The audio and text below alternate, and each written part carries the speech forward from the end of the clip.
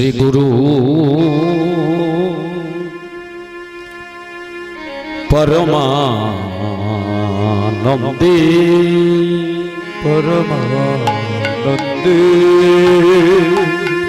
निताई गौर सीतानाथ प्रेमानंदे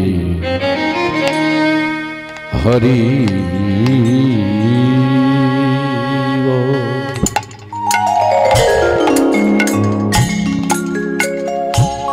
सही कीर्तनेर नाम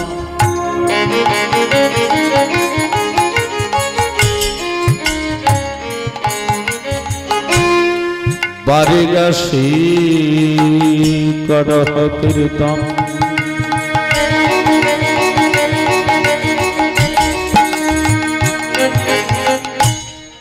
संगे नहीं एसो तुम्हार যত পারি সদগম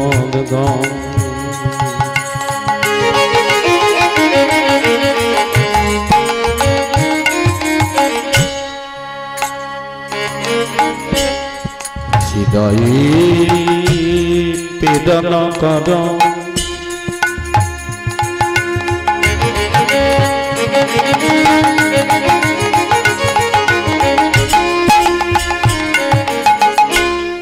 জোহাই বল বাণী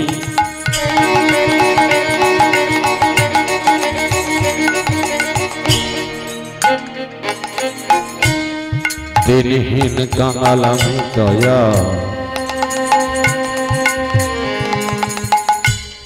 কিছুই না জানি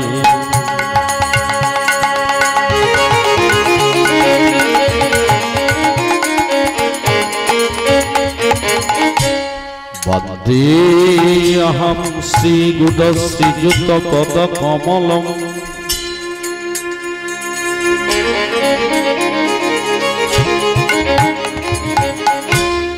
श्री गुरु वैष्णवांश्च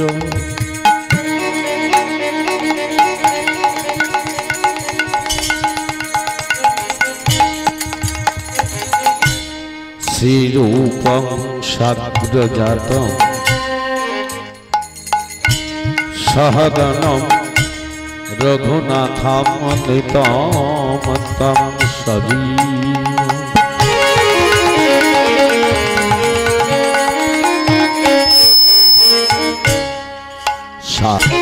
परिजन सहितं श्रीकृष्ण चैतन्यदेवं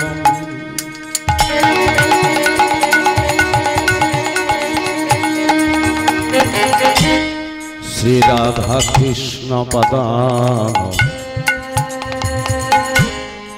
सहगणम ललिता श्री विशाखानितांश्च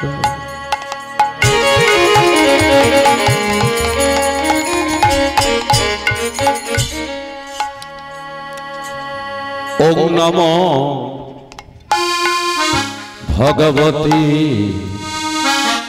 वासुदेवाय ओम नमो भगवते वासुदेवाय ओम नमो भगवते वासुदेवाय ओम नमो भगवते वासुदेवाय नमो भगवते वासुदेवाय ओम नमो भगवते वासुदेवाय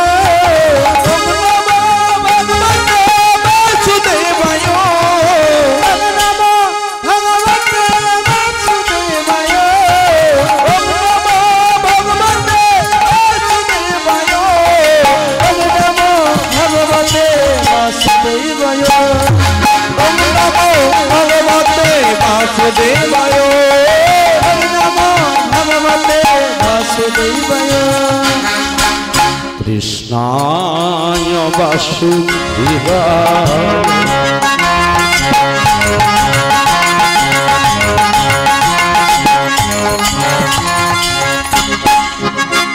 हरये परमात्मने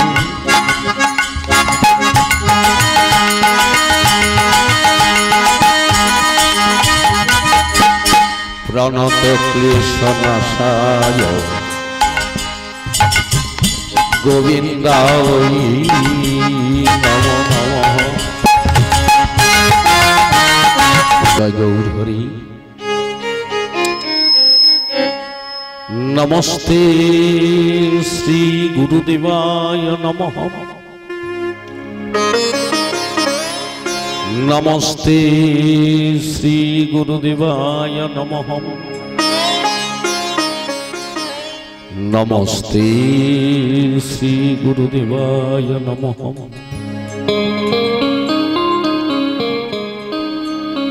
প্রাতো প্রণম্য পূজ্যপাদৌ সাধু গুরু বৈষ্ণব ব্রাহ্মণ স্বজন মণ্ডলী প্রণমা গরিয়সী আত্মা শক্তি জগত জননী ভক্তিদায়িনী গর্ভধারিণী রাধারানী অংশদ্ভূতা পতিপরায়ণা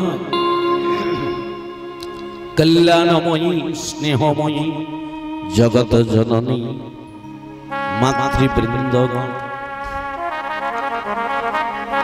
অদ্য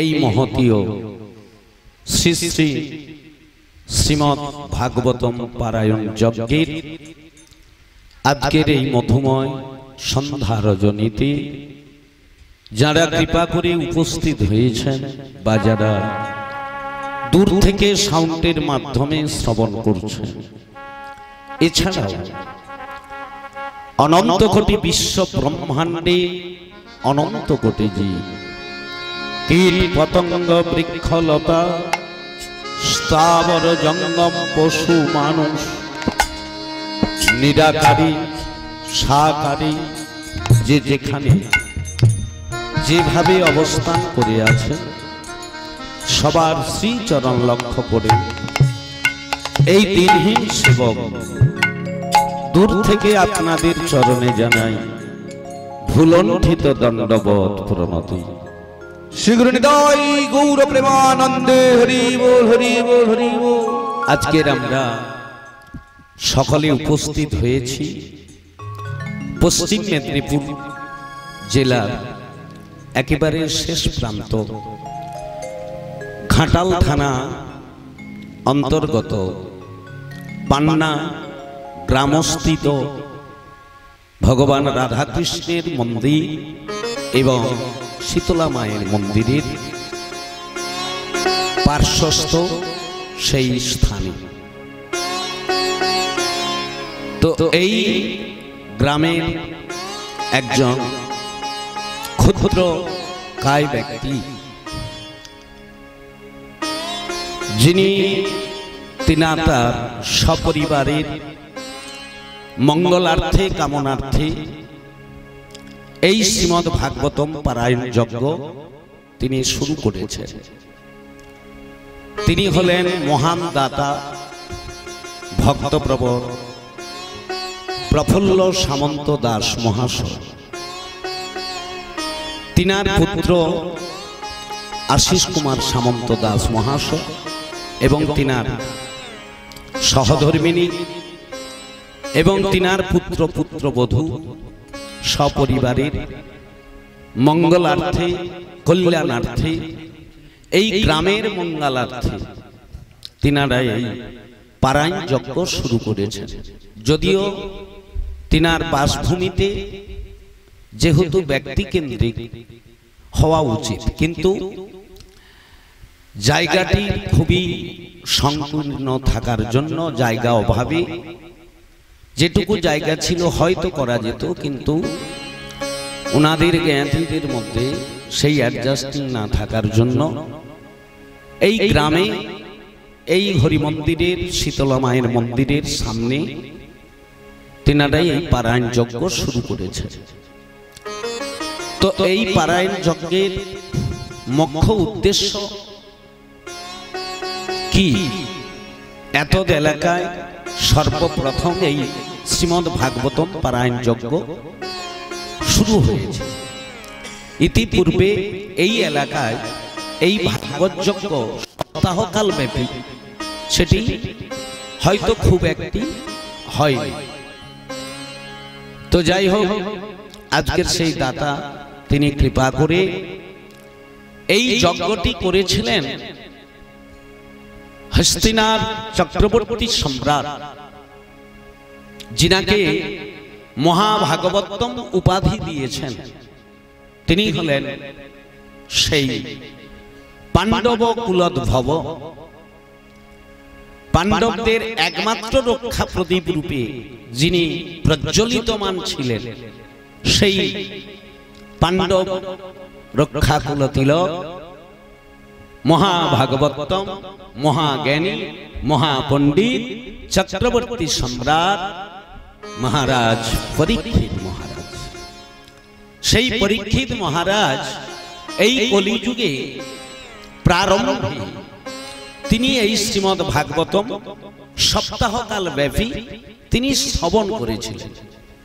কেন করেছিলেন, কি উদ্দেশ্যে করেছিলেন, সেটি আমরা আজকের পাঠের মাধ্যম দিয়ে, ব্যাখ্যার মাধ্যম দিয়ে আমরা আস্বাদন করব।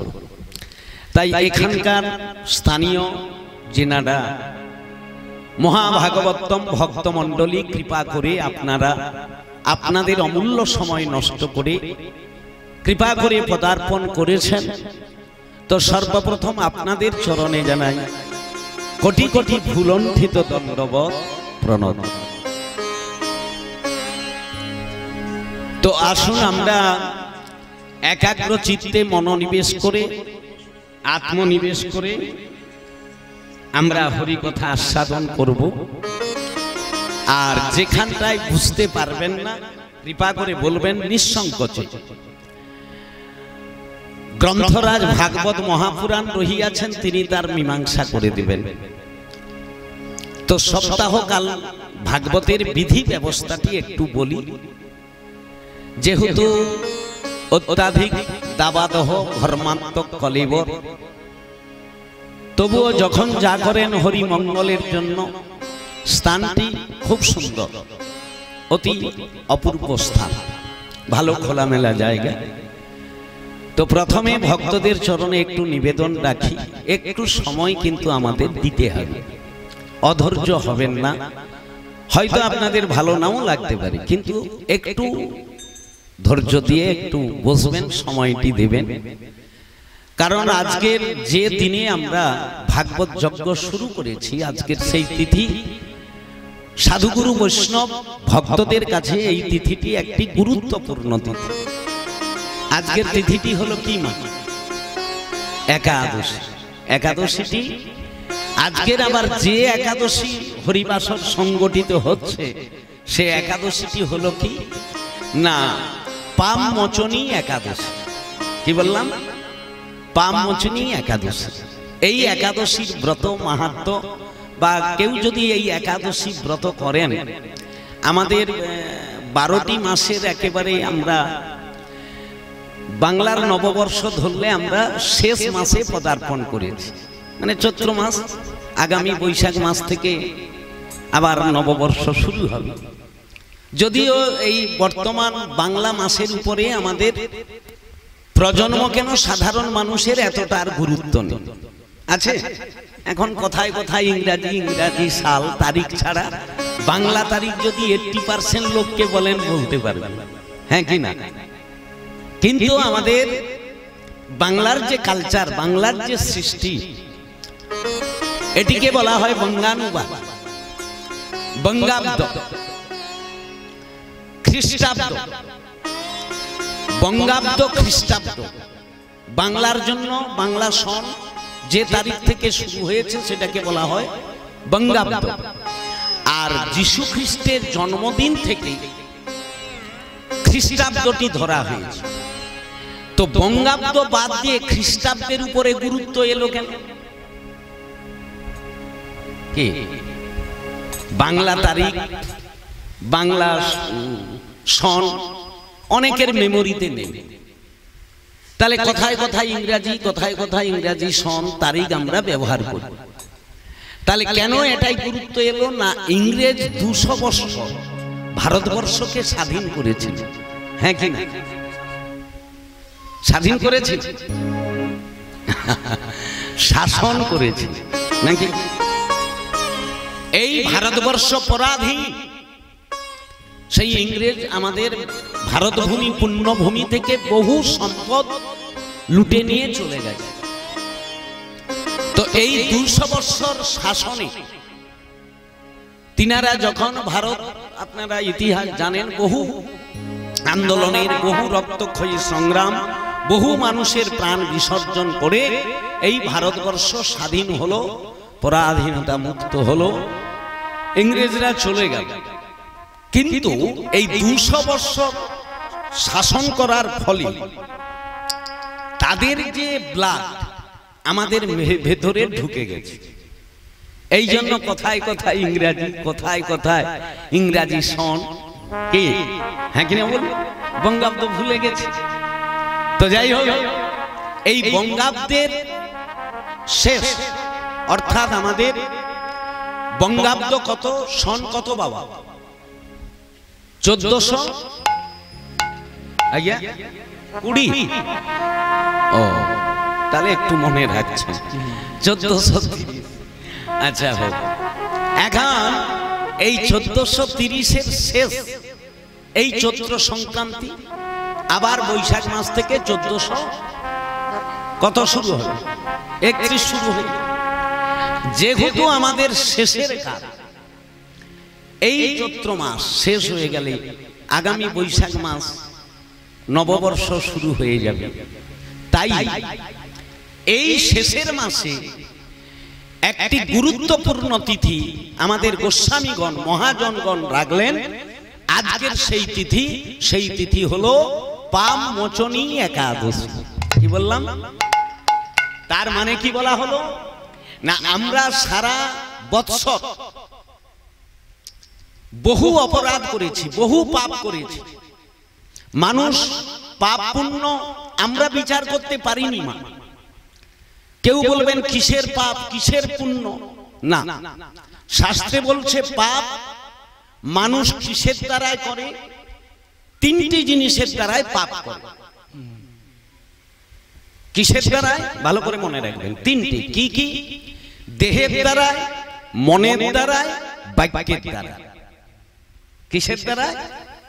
দেহের দ্বারাই, মনের দ্বারাই, বাক্যের দ্বারাই। এই 3টি জিনিস থেকে পাপ অর্জন হয়। ভালো করে বুঝতে হবে। অনেকে বোঝেননি কি পাপ নাকি। এইবার দেহের দ্বারাই পাপ কি? ভাগবত বলছে দেহের দ্বারাই পাপটা কিভাবে অর্জন হয় না, আমাদের এই দেহকে পুষ্টি সাধন করতে গিয়ে বা ইন্দ্রিয় সুখ চরিতার্থ করতে গিয়ে, জুহার লালসা রসনা চরিতার্থ করতে গিয়ে আমরা যাহা যাহা এই পৃথিবীতে কতগুলো এই যে অবলা প্রাণীকে বধ করে, হত্যা করে যে আমরা ভক্ষণ করি, এর দ্বারাই পাপ হচ্ছে। কি বললাম? ভালো করে বুঝা গেল কি? বুঝতে পারছেন না? আরো ক্লিয়ারেন্স করতে হবে। পাপটা কেমন হচ্ছে না, আমরা এই দেহটিকে পুষ্টি সাধন করতে গিয়ে, বিশেষ করে বাংলার মানুষ আমরা কি করছি না, প্রত্যেক দিন কতগুলো অবলা প্রাণীকে বধ করছি, হত্যা করছি, হ্যাঁ কি না? এইবারে আপনারা বলবেন, নিজেরাই বলেন, আপনারা 1-2 দিন যদি নিরামিষ খান, বলবেন দেহ কি আর থাকবে? দেহ বোধহয় রোগা হয়ে যাবে, হালকা হয়ে যাবে, ইত্যাদি ইত্যাদি, হ্যাঁ কি না? কি ঠিক বললাম না ভুল বললাম? তাহলে এই দেহকে পুষ্টি সাধন করতে গিয়ে এই যে যতগুলি অবলা প্রাণী আমরা হত্যা করছি, বধ করছি, ওই প্রাণী হত্যার সময় আপনি সকালবেলা উঠে একটি ধারালো বটি নিয়ে একটা অবলা প্রাণীকে আপনি জোর করে হত্যা করছেন, হ্যাঁ কি না? পনিকে ঘষে ঘষে কাটতেছেন। আচ্ছা, হত্যা করার সময় সে বাঁচার জন্য ছটফট করে আগে না করেন?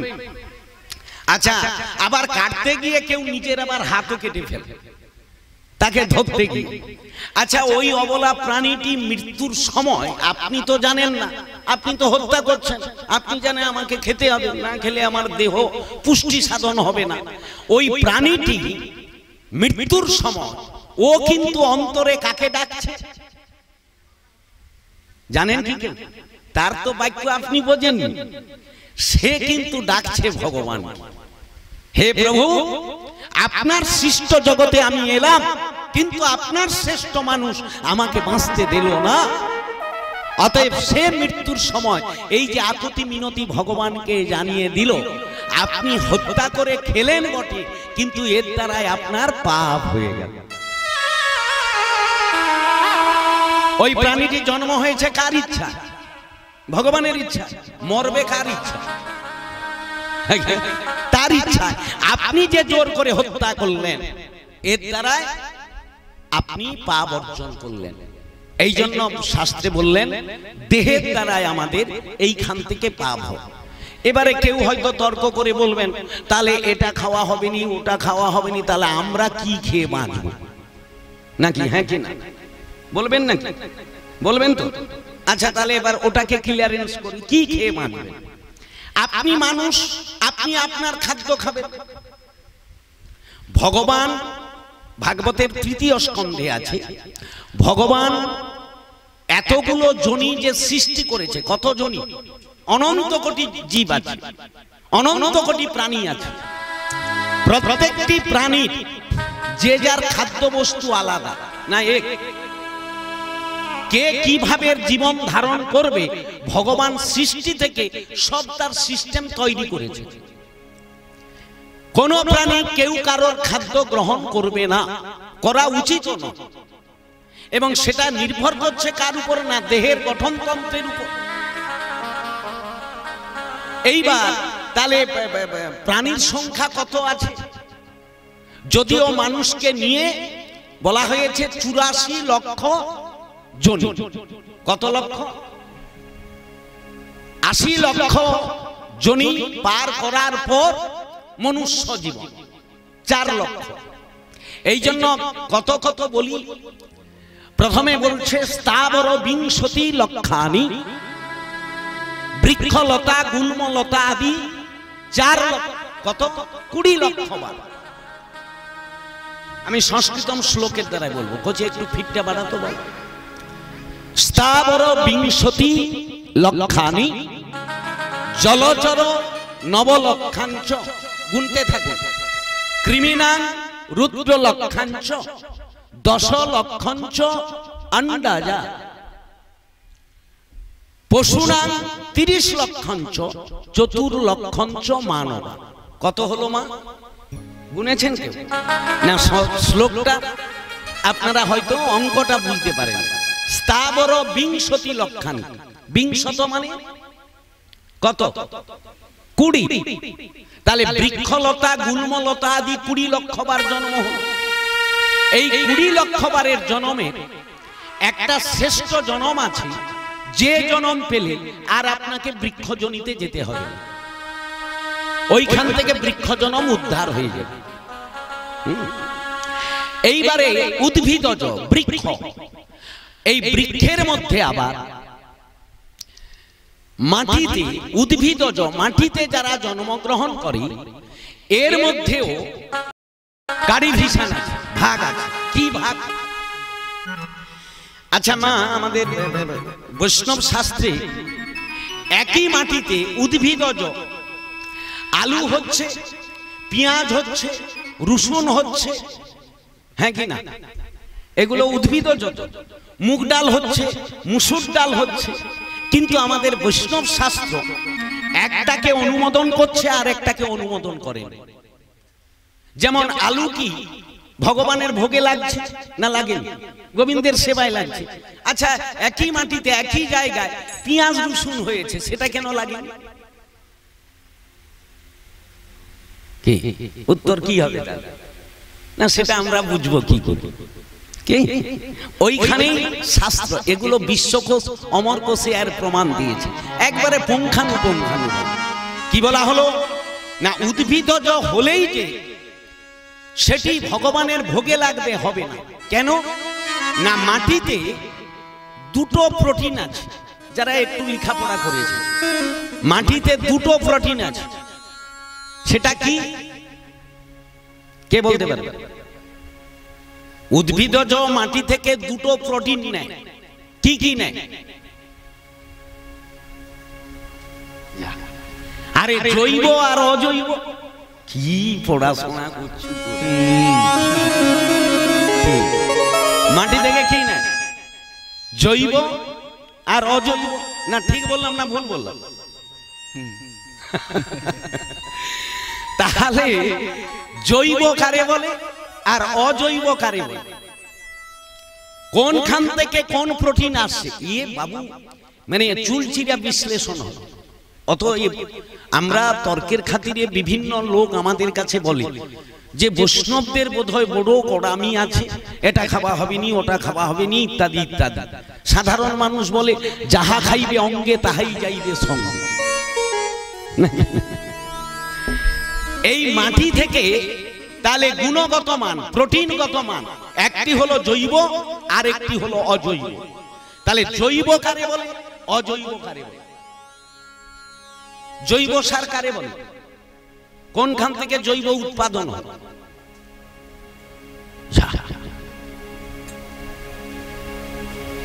গোবর। গোবর থেকে তো নাকি শুধু গোবর? পাতা, হ্যাঁ, পাতা আদি উদ্ভিদজ থেকে, পত্র আদি, গোবর আদি পচে যেটা যে মাটি থেকে যে প্রোটিনটা উৎপন্ন হয় সেইটাকে বলা হয় জৈব। আর অজৈব কারে বলে না, প্রাণী জগৎ থেকে মৃত্যু করার পর এই মাটিতে পড়ার পর ওখান থেকে যে প্রোটিনটা হয় সেটাকে বলা হয় অজৈব। এইবার আলু মাটি থেকে জৈব 90%, সেখানে পেঁয়াজ রসুন অজৈব 90%। এই খাদ্যের মধ্যে গুণগত মান দেখে কি বললাম? আলু মাটি থেকে জৈব বেশি নিচ্ছে, আর অজৈব পেঁয়াজ রসুন মুসুর ডাল উদ্ভিদজ এরা বেশি নিচ্ছে। এই জন্য ওই যে অজৈবের যে গুণগত মানটা ওই খাদ্যের উপরে থাকার জন্য আমাদের বিশ্বকোষ সমরকোষ বিচার করে বলল একটি ভগবানের প্রসাদে লাগবে আর একটি লাগানো যাবে না, কারণ ওই খাদ্য খেলে আপনার রিপু উত্তেজনা হবে। কথা বুঝে গেল তো? বুঝতে পারলেন? তাহলে উদ্ভিদজ বলেই যে আপনি সব খাবেন হবে না, এর মধ্যে ব্যাখ্যা দিচ্ছে।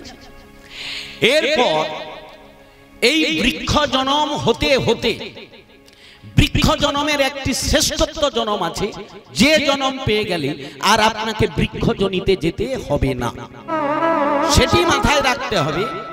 সেই জনমটি যেন ভগবানের সেবায় লাগে, গোবিন্দের সেবায় লাগে। এইবার আপনারা বলুন, বৃক্ষ জনমের শ্রেষ্ঠ বৃক্ষ কোনটি? আজ্ঞা হ্যাঁ বাবা বলবেন, আমার সঙ্গে শেয়ার করুন। ঠিক হোক ভুল হোক তাতে কোনো ক্ষতি নেই। ভুল হলে আমি আনন্দ পাব, ঠিক হলে পুরস্কার দেব, নাকি বলা যাবে।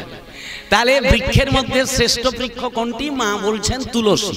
তাহলে সঠিক অ্যান্সার হ্যাঁ কি না?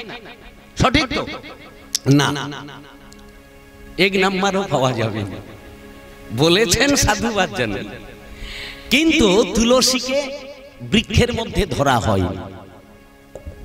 তুলসী হলো দেবী। এই জন্য এই যে আমরা তুলসী পরিক্রমা করলাম, জানি কানি চ পাপানি জন্মান্তরে কৃতানি চ তানি তানি প্রণশ্যন্তি প্রদক্ষিণ পদে পদে। তুলসীকে বৃক্ষের মধ্যে ধরা হয়, উনি সাক্ষাৎ দেবী। যদিও মা বলেছেন তুলসী কাছাকাছি গেছেন, কিন্তু আর একটু ভাবলে সঠিক উত্তরটা সেটা কি? আবার উল্টা দিকে পালিয়ে যাচ্ছে। বড অসুস্থ নয়, তাহলে তুলসী বৃক্ষ তাও নয়। বৃক্ষের মধ্যে শ্রেষ্ঠ বৃক্ষ হলো চন্দন বৃক্ষ। আপনি তুলসী দেন, ফুল দেন, কি চন্দন মাখিয়ে দিবেন না বাদ দিয়ে দিবেন? এতৎ সচন্দন তুলসী পত্রং ক্লিং কৃষ্ণায় গোবিন্দায়। তাহলে চন্দন বিহীন তুলসীও দেওয়া যাবে না, ফুলও দেওয়া যাবে না। এই জন্য চন্দন হলো শ্রেষ্ঠ। তাহলে কত লক্ষ গেল? 20 লক্ষ। স্থাবর 20 লক্ষাঙ্গ। এরপর জলচর নবলক্ষাংশ, জলের চর আদি 9 লক্ষ বার জন্ম হলো। মাছ, কুমির, হাঙর থেকে আরম্ভ করে বহু জলজন্তু জীব। এর মধ্যে জলচর প্রাণীর মধ্যে আবার এখানে কারিভিশন হচ্ছে। জলে জন্ম বলে সব খাবে এমনটা না। জলে মাছও আছে, কুমিরও আছে, হাঙরও আছে, নাকি? হ্যাঁ কিনা বল?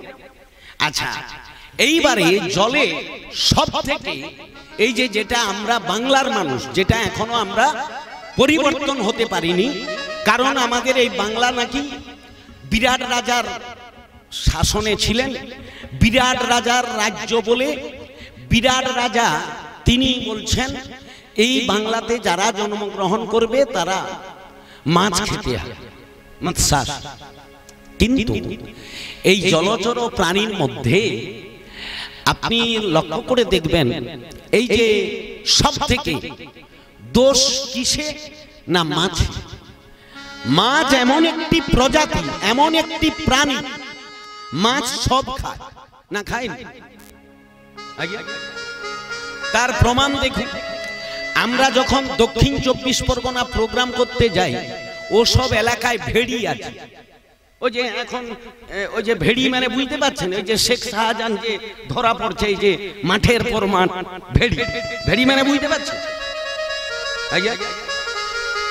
আমাদের এদিকে ল্যাটিন করলে টাকা দিয়ে ল্যাটিন করতে হয়, আর ওখানে ভেড়িতে সাইডে লোক দাঁড়িয়ে আছে, আপনি ল্যাটিন করবেন বললে আপনাকে টাকা দিয়ে ডেকে নেবে।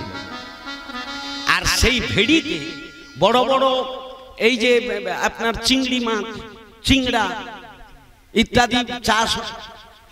তো এইবার ভেড়িতে আপনি গিয়ে মলত্যাগ করলেন, মল পড়লো ভেড়িতে, আর সেই বড় বড় চিংড়ি চিংড়া সেই মলকে কুটুর কুটুর করিয়া খায়।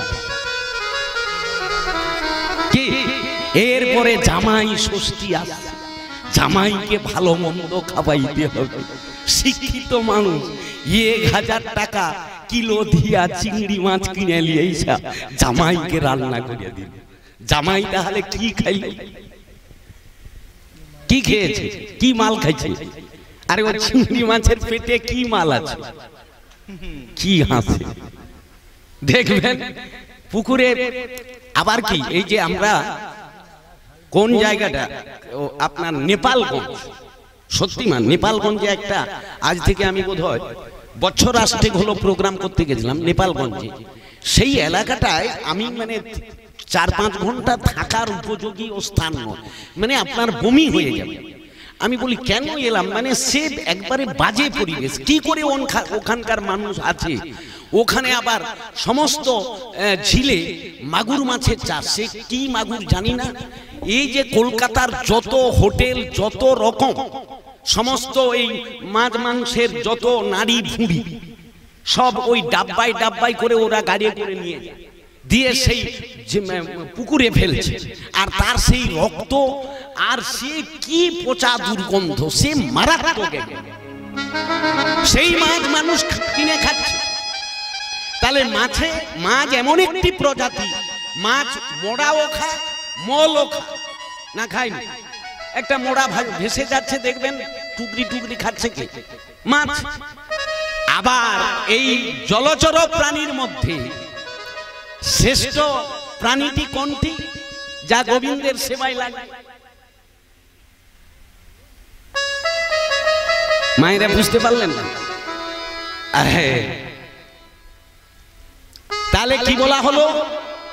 জলেতে জন্ম আমাদের কাছে মৃত, তথাপিও অতি পবিত্র, সে হলো শঙ্খ। শাঁখ জলে জন্ম ঠিক, কিন্তু শঙ্খ কিন্তু ওই মল আর পচা মাংস খায় না। তাহলে একটি গোবিন্দের সেবায় লাগছে, আর এটি লাগে না। এটি কত লক্ষ গেল? 9 লক্ষ। তাহলে স্থাবর 20 লক্ষানি, জলচর নবলক্ষাংশ। এরপর বলছে কৃমিনাং রুদ্র লক্ষাংশ, কৃমি জনম, কৃমি কেঁচো জনম। এর মধ্যে 9 লক্ষ বার। এর মধ্যেও এই কৃমিদের মধ্যেও আপনার নিরামিষ আমিষ হয়। যেমন পোকার একটা উদাহরণ দিলে সহজে বুঝতে পারবে। গুবরিয়া পোকাকে যেমন দেখতে, মৌমাছিকে তেমন দেখতে। গুবরিয়া পোকা বুঝেন তো মায়েরা, বোঝেন কি? আমার কথা বোঝা যাচ্ছে? আচ্ছা, গুবরিয়া পোকা যেমন দেখতে, মৌমাছি তেমন দেখতে। গুবরিয়া পোকা কি খায়? মলকে কি, গোবরকে গোড়া করে লিয়ে যায়, ঠেলিয়ে ঠেলিয়ে লিয়ে যায়। দেখবেন কি গোবর পোকা গোড়া করে লিয়ে। আপনি পায়খানা করলেন, একটু বাদে সে গোড়া করে লিয়ে চলছে, ফুটবল খেলা না। আচ্ছা, মৌমাছি সে কি খায়? ফুলের মধু খায় নাকি? তাহলে মধু, মৌমাছি কি গো মা, তোরা কি চলে যাবি নাকি? এই যে নিতে। আচ্ছা হ্যাঁ, যাসনি মা, একাদশীর অনেক অনুকল্প আছে, চলে গেলে গৃহী আবার ধরা পড়ে। আজকের একাদশীটা করে যা। তো সেই গুবরিয়া পোকা আর মৌমাছি, তাহলে মৌমাছি ফুলের মধু সংগ্রহ করে। এইবারে গুবরিয়া পোকাকে যেমন দেখতে, মৌমাছিকে তেমন দেখতে। মধুটি কি কাজে লাগে? গোবিন্দের সেবায়। আর গুবরিয়া পোকা কোন গোবিন্দের সেবায় লাগে? তাহলে মক্ষিকার মধ্যে দুটো ভাগ আছে। এইবারে যদিও ভক্তমালে এই সিদ্ধান্তটা দিতে গিয়ে, ভক্তমাল গ্রন্থে গুবরিয়া পোকাকে একদিন মৌমাছি বলছে, বন্ধু তোমাকে দেখতে যায়, আমাকে দেখতে তা, কিন্তু আমি কোথায় আর তুমি কোথায়? তোমার স্থান কোথায়, আমার স্থান কোথায়? ওগো বন্ধু, একদিন যদি তুমি আমার সঙ্গ নিতে, আমি তোমাকে আমার জায়গাটা দেখা দাও। কে বলছে? মৌমাছি বলছে। তাহলে মৌমাছিটিকে না, যারা ফুলে ফুলে ঘুরে ঘুরে মধু সংগ্রহ, আপনারাও সেই রকম ভাগবতে বলছে সারগ্রাহী, ভাবগ্রাহী। যারা ভক্তগণ, যারা যেখানে হরি কথা হয়, হরিবাসর হয়, ভাগবত হয়, সেখানে ভক্তগণ ছুটে যায় বহু সময় নষ্ট করে। আঞ্জন কাছের মানুষ দেখুন বোকা বাক্স চালিয়ে দিয়ে বসেছে, হ্যাঁ কি না? তাহলে আপনি আসছেন কেন? না, এখান থেকে কিছু মধু নিয়ে যেতে হবে। কি? অতএব তাহলে মৌমাছি কাকে বলছে? ভক্তকে বলছে, সাধুকে বলছে। তাহলে সাধু তিনি কৃপা করলেন, মহান্তের স্বরূপ হয় তারিতে প্রামর, নিজ কার্য নাহি তবু জান জাত তার ঘর। সাধুগুরু বৈষ্ণবের লক্ষ্য কি? না, অচৈতন্য জীবকে চেতন করা। এই বলে মৌমাছি ওই গুবরিয়া পোকাকে বলল, বন্ধু আমি যে জায়গায় থাকি তুমি একবার আমার সঙ্গ নাও, তুমি চলো। বলে মৌমাছি গুবরিয়া পোকাকে জোর করে, গুবরিয়া পোকা কারা? না, যারা সংসার কূপে পড়ে আছে, বিষয় সম্পদ ছাড়া আর অন্য কোনো বোঝে না, তাকেই বলছে গুবরিয়া পোকা। সারা জীবন সংসারের জন্য দাসত্ব করছে, হ্যাঁ কিনা? শুধু আমার আমার করছে, চোখ বুঝালে কে কার? এ জায়গা তো বদমাস, এ জায়গা তো। আমরা সকালবেলা হলে দড়ি দিয়া শুধু খুঁটা চালি দি আর মাপি। আর এই জায়গা তোমার ঠাকুর দাদা বলে গেছিল আমার, সেও দিনা কতক আমার আমার বলে ফুটে গেছে। তার বাপ বলছে আমার, সেও আমার আমার বলে ফুটে গেছে। এরপরে আমি বলছি আমার, আমিও ফুটে যাব। জায়গা জায়গায় পড়ে থাকবে, সবাইকে চলে যেতে হবে। তাহলে জায়গা কারোর নয়। এই জন্য ভগবান দুবার হাসে পৃথিবীতে, যখন ভাইয়ে ভাইয়ে জায়গা মাপি। কখন হাসে বুঝতে পারছি? যখন ভাইয়ে ভাইয়ে জায়গা মাপি।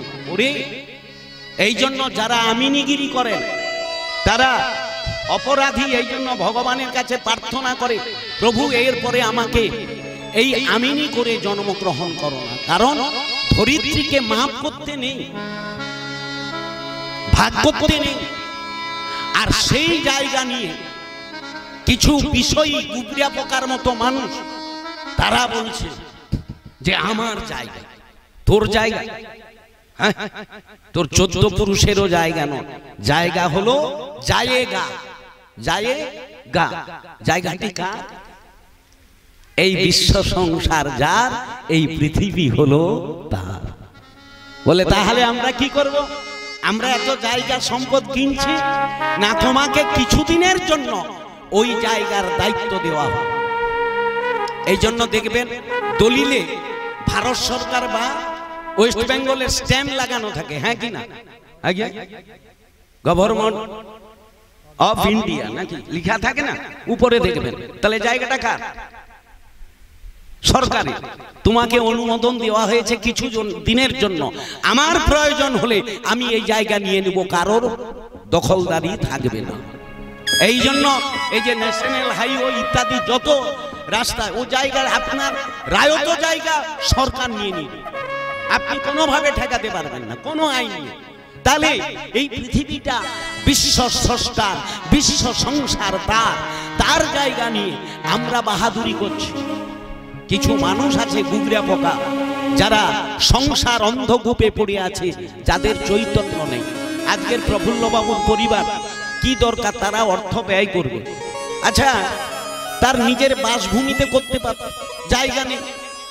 তাই আজকে আপনারা কৃপা করে বলে ঠিক আছে স্কুল মাঠে, এই আমার এই শীতলা মায়ের মন্দিরে, এটা তো একটা মাঠ, প্রশস্ত জায়গা, যখন যা করে হরিমঙ্গলের জন্য। এরা সেখানে জায়গা পেল না, আমাকে ফোন করলো আশিস, বলে বাবা কি করা যাবে, আমাদের তো জ্ঞাতিবর্গ অনেক পক্ষ মত দিচ্ছেন না। আমি ভালো, তুমি কোনো একটা ফাঁকা জায়গায় করো, হয়তো তোমার একটু কষ্ট হবে বাবা, তবে দাতা যেখানেই দান করুন না কেন, উদ্দেশ্যটা কি? অনেকের গো আছে আমার বাস্তুতে করাই, বলেন। আচ্ছা, কেউ যদি বলে এদেরকে যে এত অর্থ ব্যয় করে তার বাস্তুতে খোল করতাল বাজলো না, তাহলে কি বা হলো না?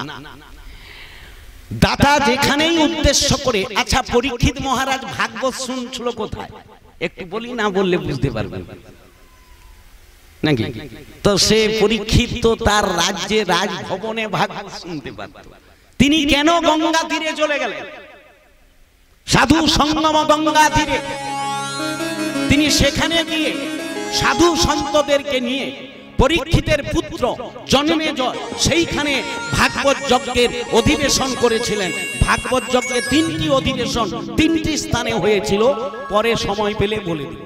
3টি অধিবেশন হয়েছিল, এবং কোন ভাগবত কি উদ্দেশ্যে হয়েছিল পরে বলে দিই। ওর যেটা মানিক বলছু নৈমিষারণ্য নয়, ওটা আমরা অনেক পাঠকগণ বলে দেয়। পরীক্ষিত মহারাজ ভাগবত কিন্তু শ্রবণ করেছিল নৈমিষারণ্যে নয়। নৈমিষারণ্যে ভাগবত হয়েছিল, কারা করেছিল? সেখানের শ্রোতা ছিল কারা? 60,000 সৌনকাদি ঋষিবৃন্দ। বক্তার আসনে ছিল সুত গোস্বামী। তাদের সেইটা ভাগবতের 3য় অধিবেশন। ভাগবতের প্রথম অধিবেশন হয়, যার বক্তা হলেন সুকদেব গোস্বামী, শ্রোতা হলেন পরীক্ষিত মহারাজ। এই পরীক্ষিত এবং আপনার সুকদেব গোস্বামী যেখানে ভাগবত প্রথম অধিবেশন হয়, সেই জায়গাটি হলো কোথায়? হরিদ্বার। কে কে গেছেন? হরিদ্বার গেছেন বাবা? ওটাকে আমরা হরিদ্বার বলি, হরদ্বার। হর মানে হর হর মহাদেব, ওখানে মহাদেব আর পার্বতী আছে। ওটা পরবর্তীতে বাংলা করতে গিয়ে আমরা হরিদ্বার হরিদ্বার বলছি, কথাটা হচ্ছে হরদ্বার। এই হরদ্বার অর্থাৎ এই হরিদ্বারে শুক্রতাল নামক, আমি নামটা বলে যাচ্ছি, কোনোদিন গিয়ে দর্শন করে আসবে।